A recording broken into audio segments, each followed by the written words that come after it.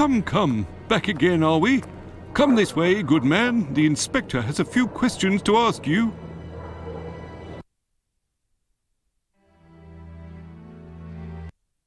Here is the man, Inspector. Congratulations, Humphreys.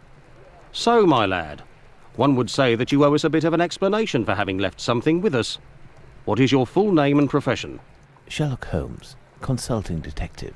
Well, how about that? Mr. Holmes, can you explain this get-up, your presence in the neighbourhood despite my instructions, as well as this most opportune restitution of jewels? Firstly, I should tell you that not being under your command, I never understood what you said as an order, but rather as advice. I thought I would be wise to follow them to a certain extent. I intended to explain the stolen goods sooner or later. My presence here will allow me to fill you in on a few conclusions that... If it is in regard to the Whitechapel murders, it won't help us much. We have no doubt that we will be revealing the identity of the murderer to the people in the area in a day or two. I'm impressed, Inspector, and I offer you my sincerest congratulations. Nonetheless, you should investigate a certain doctor. Listen, Holmes, let us do our work. You've rid us of a great pain in the rear end by finding those jewels for us. It's weeks of work that you've saved us. But I think you're a little underqualified for a case like that of Jack the Ripper. Until it's over, I demand that you do not set foot in the area. Is that clear? I take note of your advice, Inspector. You mentioned Jack the Ripper. Pardon me, but you know the name of the murderer? Oh, it's from a letter that the Central News Agency sent our way. It was written by the killer.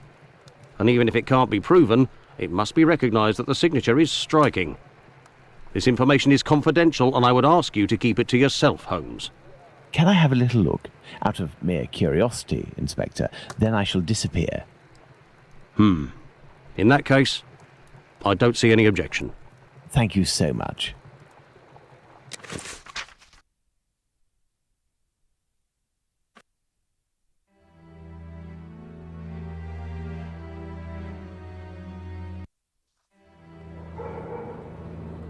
Me? Not up to discovering who Jack the Ripper is? Well, we'll soon find out, won't we, Inspector Aberline? I know who wrote the Dear Boss letter signed Jack the Ripper that Inspector Aberline gave me, and, above all, I now know why. This Tom Bulling was inspired by this fantastical character to build a myth out of the Whitechapel killer. Perhaps he would be receptive if I shared my discovery about him and prevent him from accusing Squippy. I must find him at once. My best bet would be to try my luck at the pub.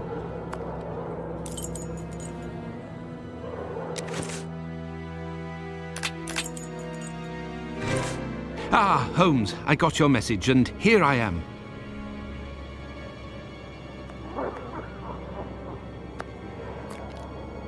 What are we doing, Holmes? Perfect, Watson. That oaf Bluto is looking for us with evil intentions, and he may be hiding here. I will try to get more information inside. You, Watson, will be our lookout, and at the slightest suspicious sound, do not hesitate to call the constable on his rounds.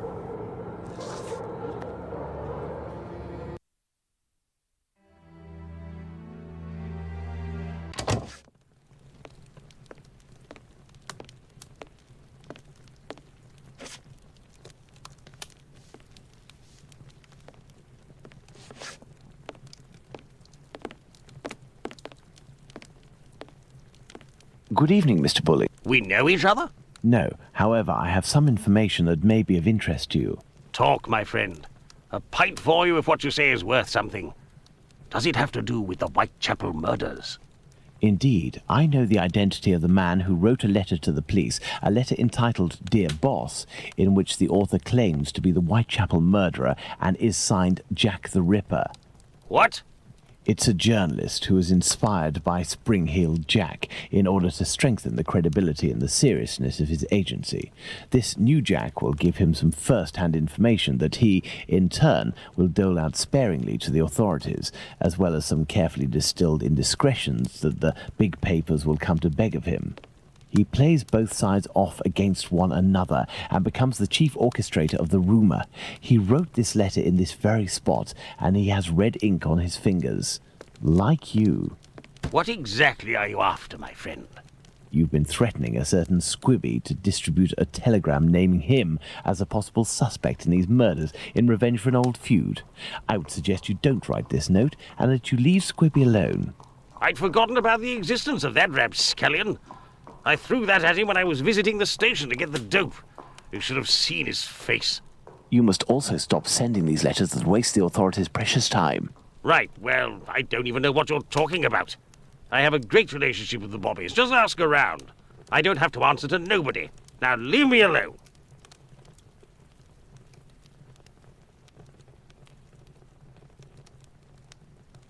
Farewell, sir. Good riddance.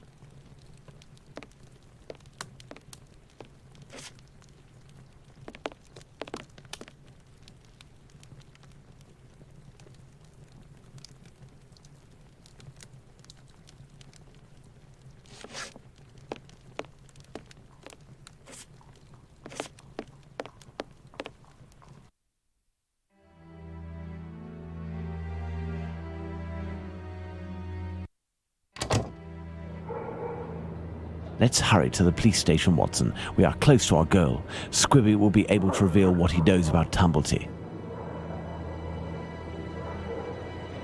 Squibby, so that's it. You're a free man again. We were just coming to the station to find you. Shh.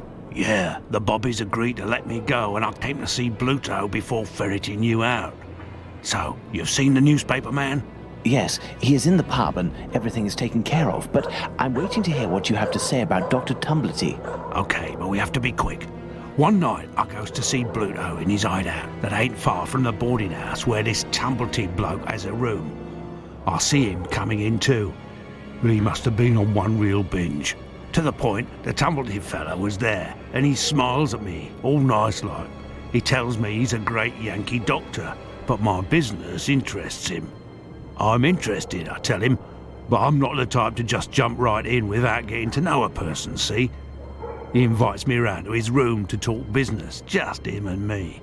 We empty a bottle or two, and all of a sudden, like, he wants to show me what he's got in this big trunk that he always carts around places. I just about vomited, see? In these jars, just like pickles, you know, there were pieces of meat. And he whispers that it's the lady bits of some old dames. He called them peckywins. I call them love killers, I would. Yuck! After that, he starts to go on about rich folk. They ain't nothing but dogs, and I won't tell you the worst of it. Then he comes all close to me and puts his sweaty hand on my leg. He was one of them types, not me. I don't wait a second before I give him a good thrashing, and I start running and let go of him, and he still wants to see me again just to talk business. But then I had to do time, so business. Do you know where he can be found? Why, ain't he in his digs? Maybe he got to liking life behind bars too. I heard that in some jobs there's a way to... Thank you for your information, and we'll meet again, my friend. Here is the sum I promised to get you out of London. Ciao, fella. I've just got a little score to settle with Bluto, and I'm heading for the country.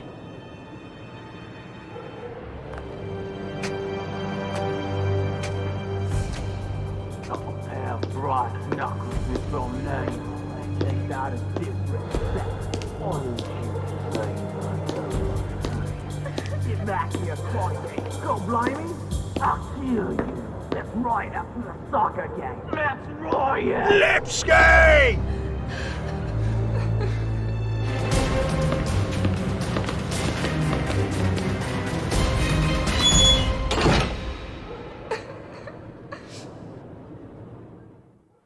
My dear Watson, we must strike while the iron is hot. We have avoided meeting Dr. Tumblety until now. The time has come to do so. Do you have an opinion, Holmes? We must assure ourselves that the factor collector of female organs and a murderer who removes said organs are resident in the same area at the same time is nothing more than coincidence.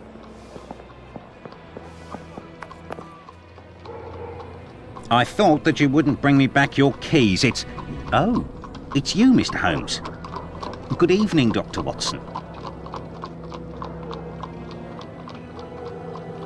Indeed, it is I again. One of your tenants left without returning his keys? Yes, it's Dr. Tumblety whom we spoke about. Shortly after your last visit here, some constables came and asked me a few questions regarding him. Barely had they left than the doctor came barreling around a street corner and rushed up into his room upstairs. A little while afterwards, while I was tidying, I heard a thud in his room and a rush down the stairs. He left with most of his bags, but without returning his keys. You can go up and see if you wish. The door is still open.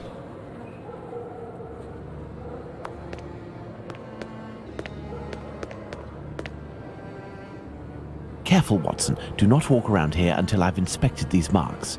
I know, Holmes, I know. I understand your methods. Ah, you have your rule and magnifying glass. I thought that you had forgotten them, Holmes. I never forget the essentials, my dear Watson.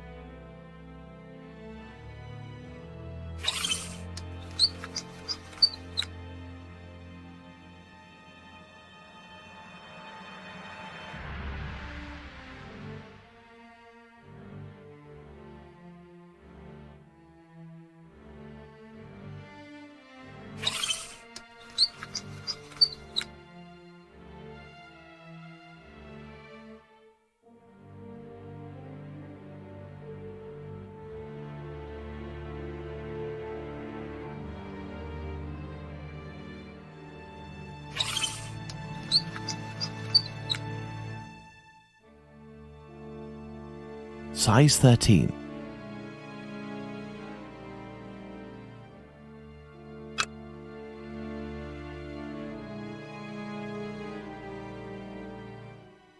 Right foot, light trails. The man was running. Right foot, light trails. The man was running. This isn't water. Going by its sticky texture and odor, I'd say we're dealing with formalin. These are the footprints of a tall man who had recently stepped in formalin and who left this room in a hurry. Well, can I walk on it and enter the room now, Holmes? What are we doing, Holmes?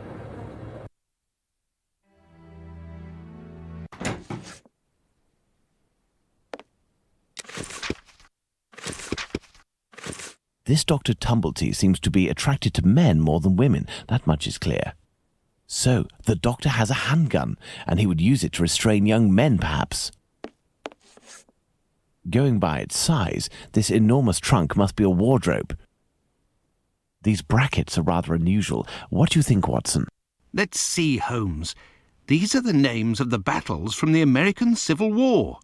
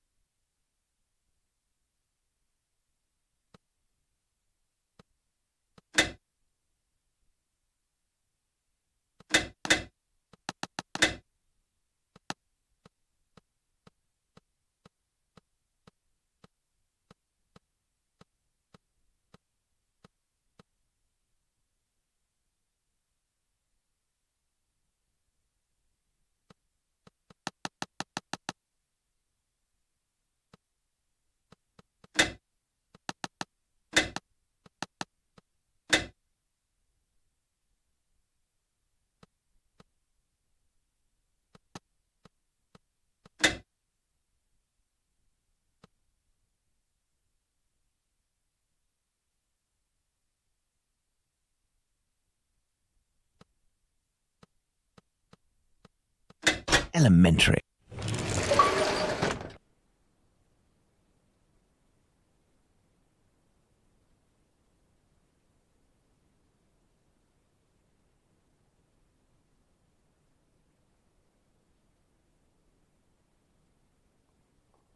This is dreadful, Holmes.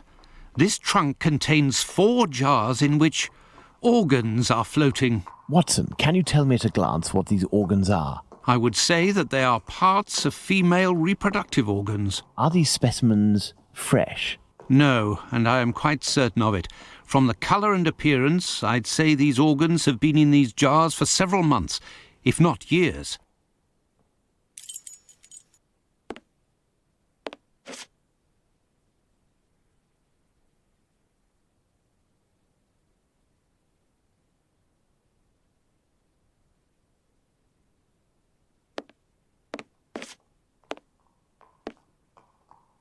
There are a few pieces of a large glass jar in this puddle.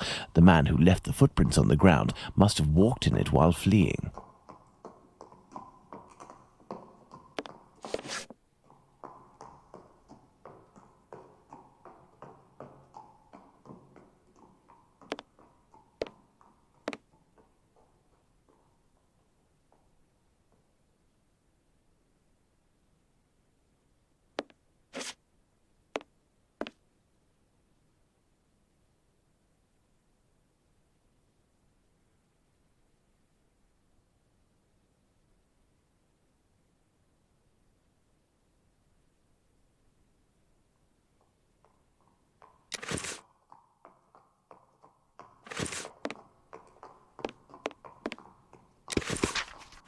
If this letter is addressed to him, it would appear our doctor is a veteran of the American Civil War.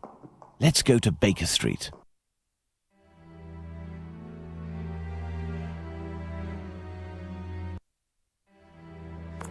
Is there someone here? Yes.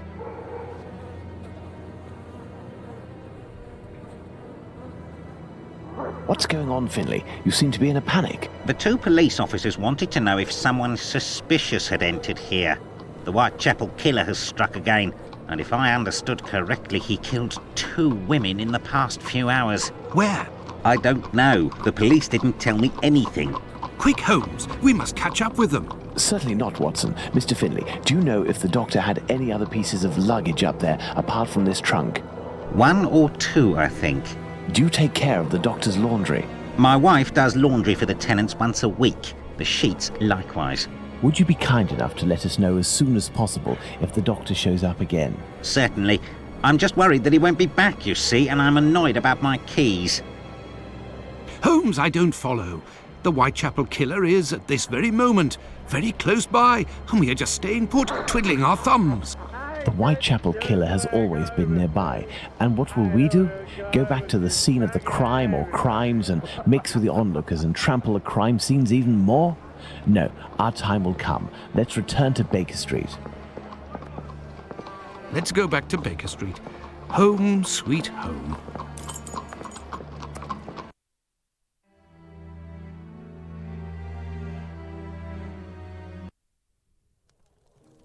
We were less than 200 feet away from the first victim a few minutes before she was murdered. We might even have heard the murderer's voice, and we haven't done a thing for the past week. You're the one not doing anything, Watson. For my part, I have been working, and as you know, I've made good use of this week by tracking down and verifying all of the solid facts on these 2 murders to write up the notes that are on my desk, read them over again and try to gain a bit of perspective.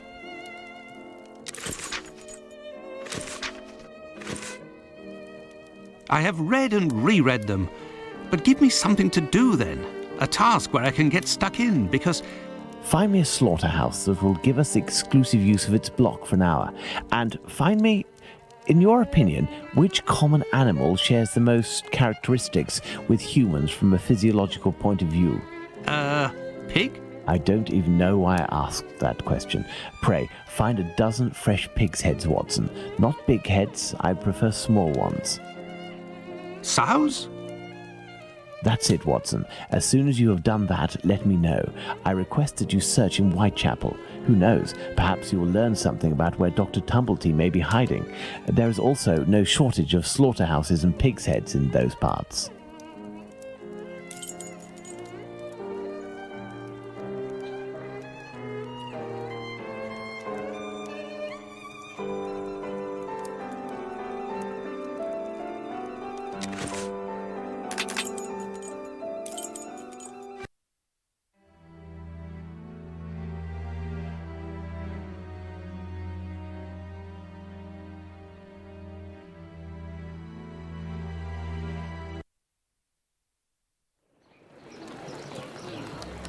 What a ridiculous idea to have asked Holmes for something to do.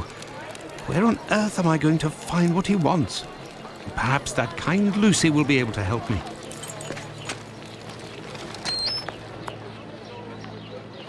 Good evening, Lucy. But is something wrong? Good evening, Dr. Watson. Yes, it's my uncle. He's no longer with us. Please accept my condolences, miss. Thank you, Doctor. But why are you here? Can I help you?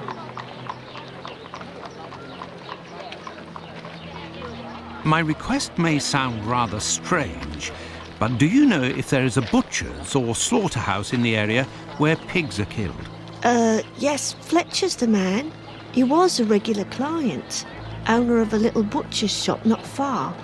But Miss Bella didn't want him to come, as long as he didn't treat his awful sickness. Can you point to his shop on my map? Certainly.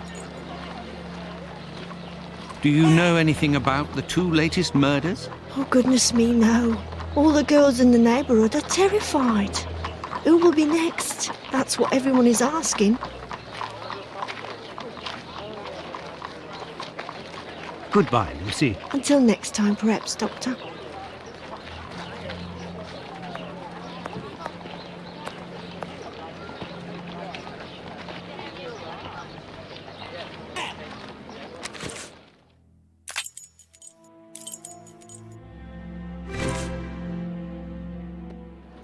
Ah, there's Fletcher's butcher shop.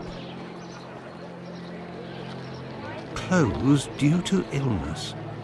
If the proprietor is ill, the butcher's block is probably not being used. Perhaps I can use it. Now, where could a sick butcher have got to?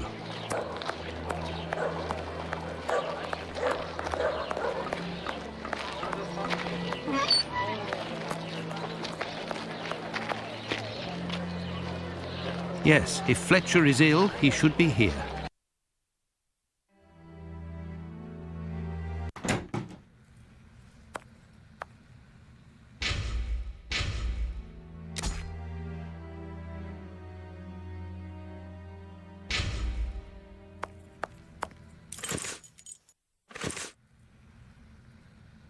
Good evening, Dr. Watson. Good evening, Dr. Gibbons. I have come to see you because I was wondering if, by any chance, you happen to have a patient by the name of Fletcher, a butcher who would have relinquished his shop due to illness. An illness caught during nocturnal encounters, if you catch my drift. Fletcher is one of the regulars at the clinic. Mercury treatment against syphilis. A night with Venus, a lifetime with Mercury. He left London a fortnight ago for the fresh country air. Why is he of interest to you? Oh, no reason. I'm more interested in using his shop, only for an hour or so. Would he have left his keys with family in the area? He has none left, but he must have left Hardiman, the cat's meat seller, to oversee his shop. They're in business. They're good friends. Do you know where he can be found? No, but wander around the neighbourhood and listen for his beeps. He often passes in front of the clinic. Besides...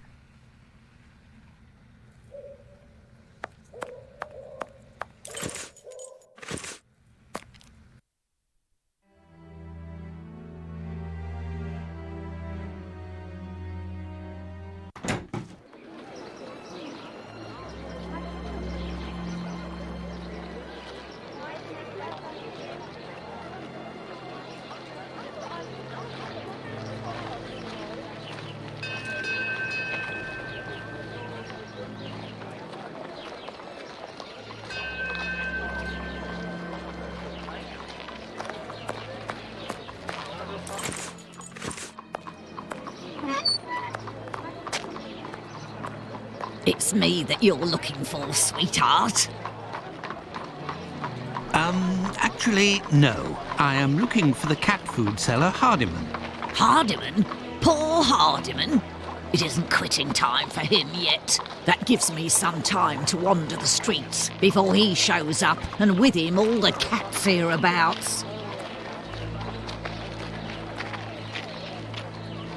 Do you know where he lives? Sure, and for a copper I might even tell you. Here are a few coins. You're too kind, Governor. Well, these days I knows that he lives with his mammy on Hanbury Street, in the same place where Dark Annie bled to death. Why did you call him poor Hardiman? Bah! He's in grieving, of course. Just a few weeks ago he lost his wife, and 3 months before that his girl, poor fella.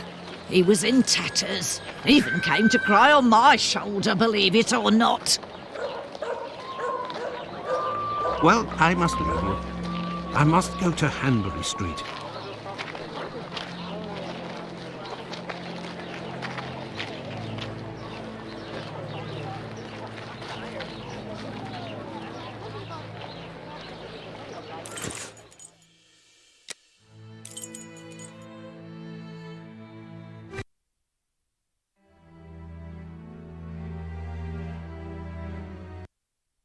This is the building in which poor Annie Chapman was killed. Beep beep.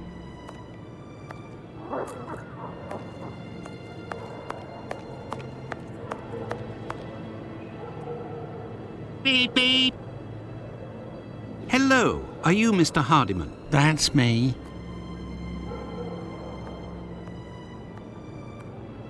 I am Dr. Watson. I have come to see you about Fletcher's shop. I would like to use it for an hour or two, if you have the keys and your rates are reasonable. Do you want to operate on someone in the butcher's? Not at all. One of my friends needs it to prepare pig's heads. Well, why not? Fletcher certainly wouldn't mind, but there's a problem. A problem? How so? This morning, the neighbour above broke his key in the door. The old boy must have already had a drink. So? Well, I tried my best to unjam it with Fletcher's spare key, which is pretty thin, and bam, that one broke too. Hard luck. But if you have the end of the broken key, perhaps it can be fixed. It must still be upstairs. I didn't pick it up. Fletcher has a key too, so I didn't think it was a problem. Fancy, if I just had another key with a simpler blade, I could copy it. I'm great at odd jobs. Fine, I will try to find all of that. Well, see you later then. Goodbye, sir.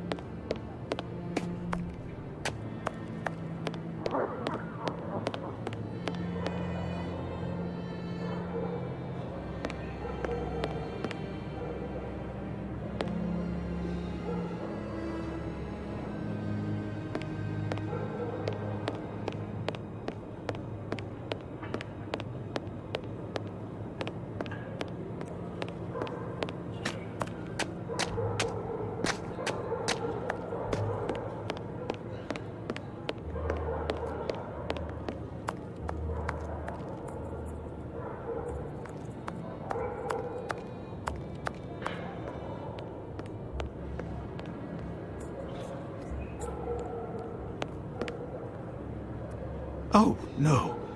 But what a... Ah, how dreadful. Kebabs, the same as Hardiman's. So he prepares his meat here. My word, these are innards. This bag contains butcher's equipment. Where can I find a key with a simpler blade? On a worthless door, perhaps?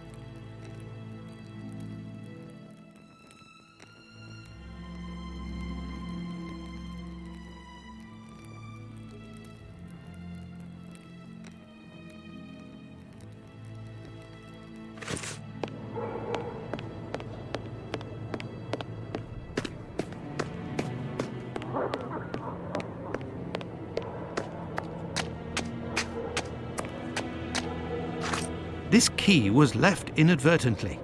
Indeed, there is nothing terribly precious inside. But what a stench!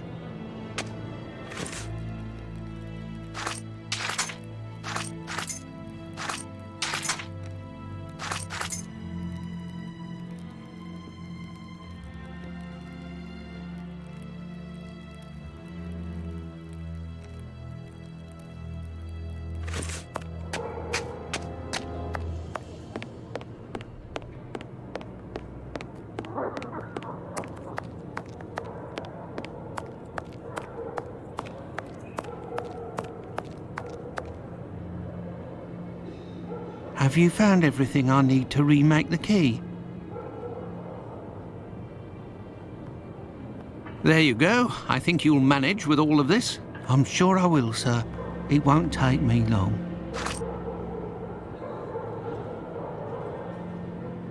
Say, I think there's some of your business upstairs. Oh, you're right. I ain't had the time to sort it out. Sometimes I'm in such a hurry to prepare my meat that I forget to clean up. But why do it in the stairwell? Offal bleeds bucket loads, they do, as you've seen. Now, why would I do that in my own lodgings? Ah, of course. But what about your poor neighbours? They owe it to me, all the times I've helped them out. And I don't have a shop either. Say, you sell animal meat, isn't that right? Would you know where I could find a dozen small pig's heads? The guy who gets me my offal should have some. I'll pay your day's wages if you meet me at Fletcher's butcher shop in 2 hours with the pig's heads. Here's a little advance. I'll do my best, Doctor. The caretaker of another building told us that the place where your mother lives has a reputation for facilitating prostitutes' activities. Is that... Sure, the doors are never closed. They come through here like it's Paddington Station. Ta, sir. I saw them. Thank you, my friend, and... As for me, I will go and find Holmes, and we will go to the butcher's together. Let's return to Fletcher's butcher shop.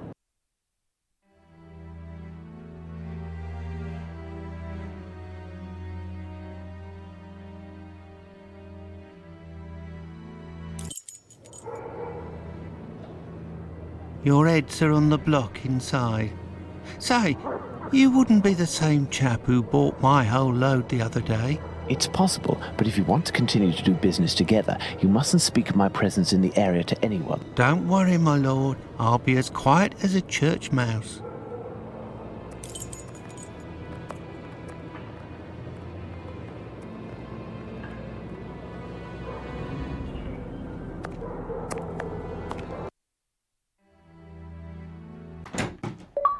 Holmes, will you explain the reason and rhyme behind this masquerade?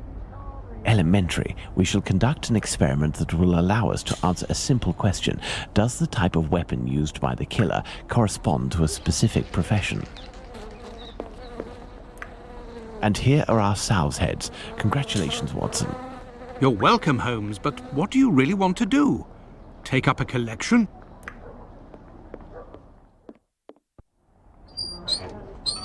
I need something.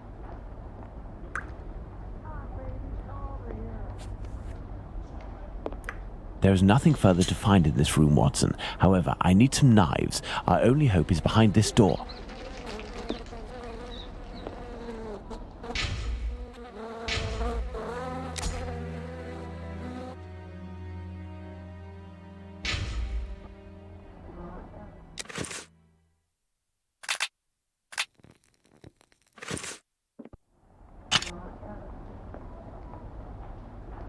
This wheel is broken and prevents the door from sliding.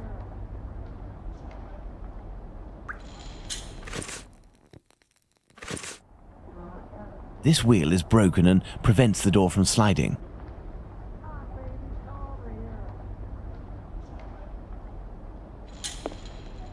This wheel is broken and prevents the door from sliding.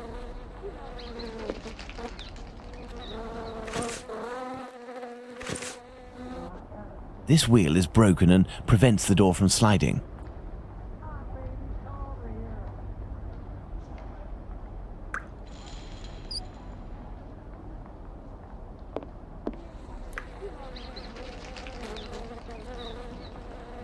There is nothing further to find in this room, Watson. However, I need some knives.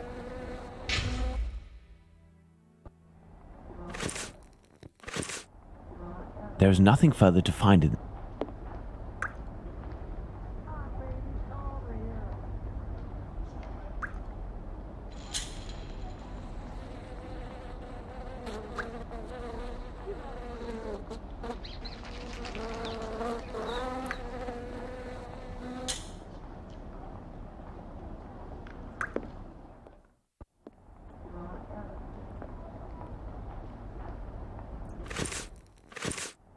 There, this door is slightly raised. There is nothing further to find in this room, Watson. However, I need some knives. Our only hope...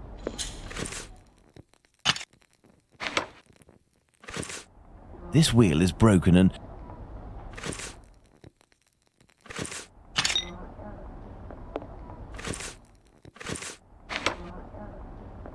Elementary. While I prepare our experiment, could you find me 2 knives? A small one, somewhat larger than a pocket knife, with a large, sharp blade. We'll need it to separate the bones and to cut through the thick skins. Then find me a long knife that's at least 13 inches long, no shorter, that's sharp and has a thick blade. Fine, Holmes, but I'd like to tell you about Hardiman. Do you know that he prepares his kebabs himself, and... That he owns butcher's tools and uses offal? That's obvious, Watson. Pray, take my magnifying glass and my rule and get started, Watson. Find me these 2 knives.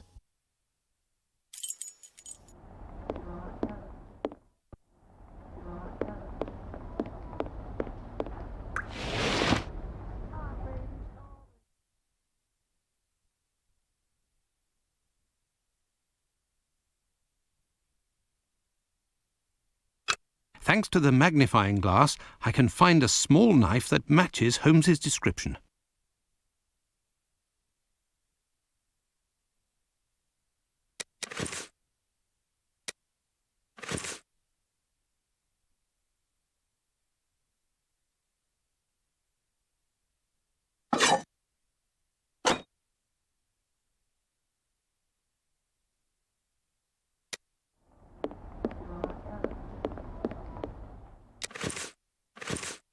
Here are your knives, Holmes. No, Watson.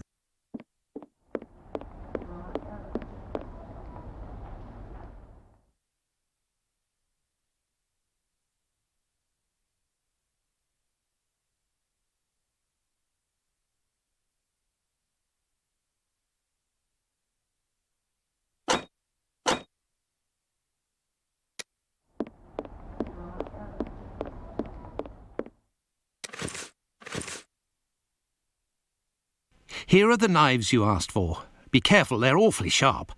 Holmes, I must say that this experiment is making me rather uneasy, comparing animal heads to these poor women. You're right, Watson, but this somewhat shocking experiment may help to end this massacre and save other victims, you can be sure of that. Look, these pigs' heads are still bloody, which will suit our experiment perfectly. I have a pocket knife and a scalpel with me. With the two knives you just brought me, we have a similar array of weapons as those probably used by the killer. We saw 3 types of throat wounds on the deceased attributed to this man, those intended to slit the throat, those intended to decapitate, and the more superficial yet mortal wound that led to the death of the unfortunate victim in Dutfield's yard, Miss Stride. With the help of these 4 knives, we are going to try to recreate these wounds on the pigs' heads and see what we can establish about the weapon or weapons used. We may also be able to rule out Miss Stride as a victim of the killer of the other 3.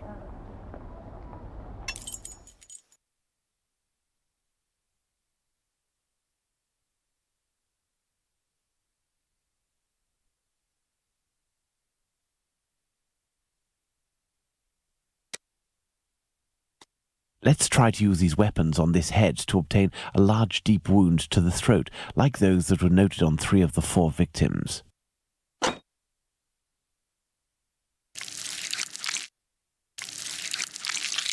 This little knife is very sharp and has a very wide blade.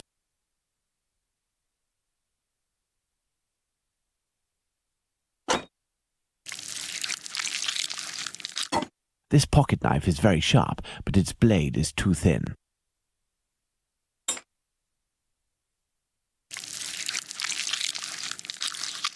The wound is too shallow. Look, Watson, this knife easily penetrates the flesh.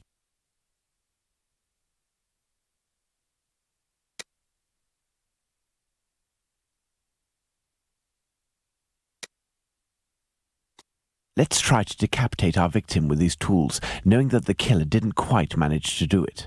Charming.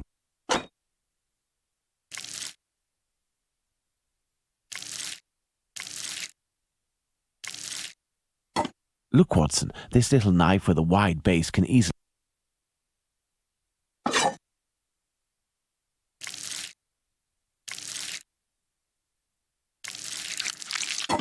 This knife with a long blade easily slices the flesh, but cannot dislocate the vertebrae.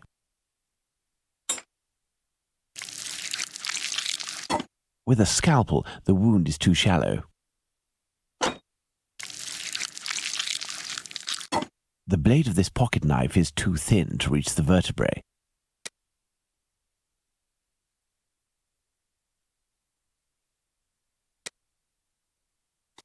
Let's see if these knives can inflict a mortal wound in a situation where a single quick blow is...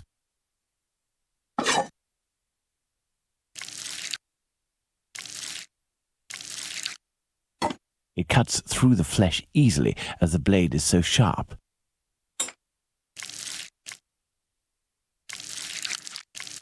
This particularly sharp blade can make... In using the... Look, Watson, the blade sinks easily into the flesh.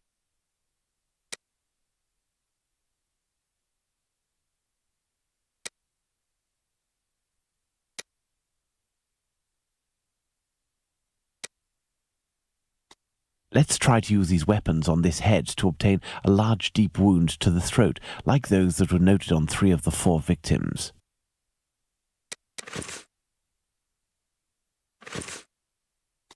Let's try to use these weapons on this head to obtain a large deep wound to the throat, like those that were noted on 3 of the 4 victims.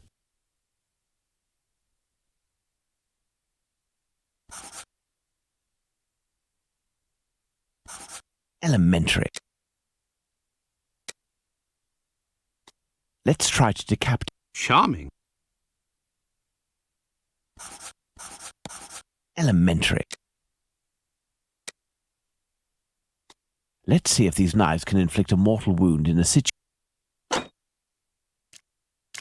Look, Watson, the blade. Elementary.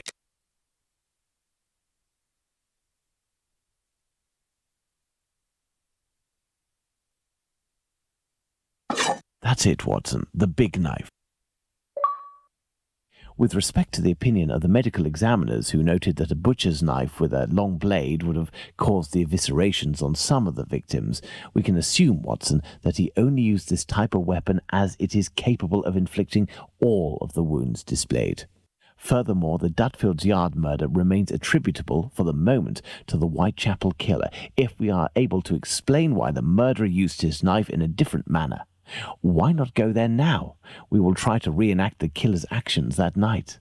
Our first objective will be to clarify, one way or another, the statements of Constable Smith, as well as this Hungarian by the name of Schwartz. We must also try to find out more about the International Working Men's Educational Club, underneath which the murder took place, perhaps at the Wasp's Nest. Yes, let's go to Dutfield's Yard or wherever, but quickly. I am in urgent need of fresh air. Let's go to the Wasp's Nest.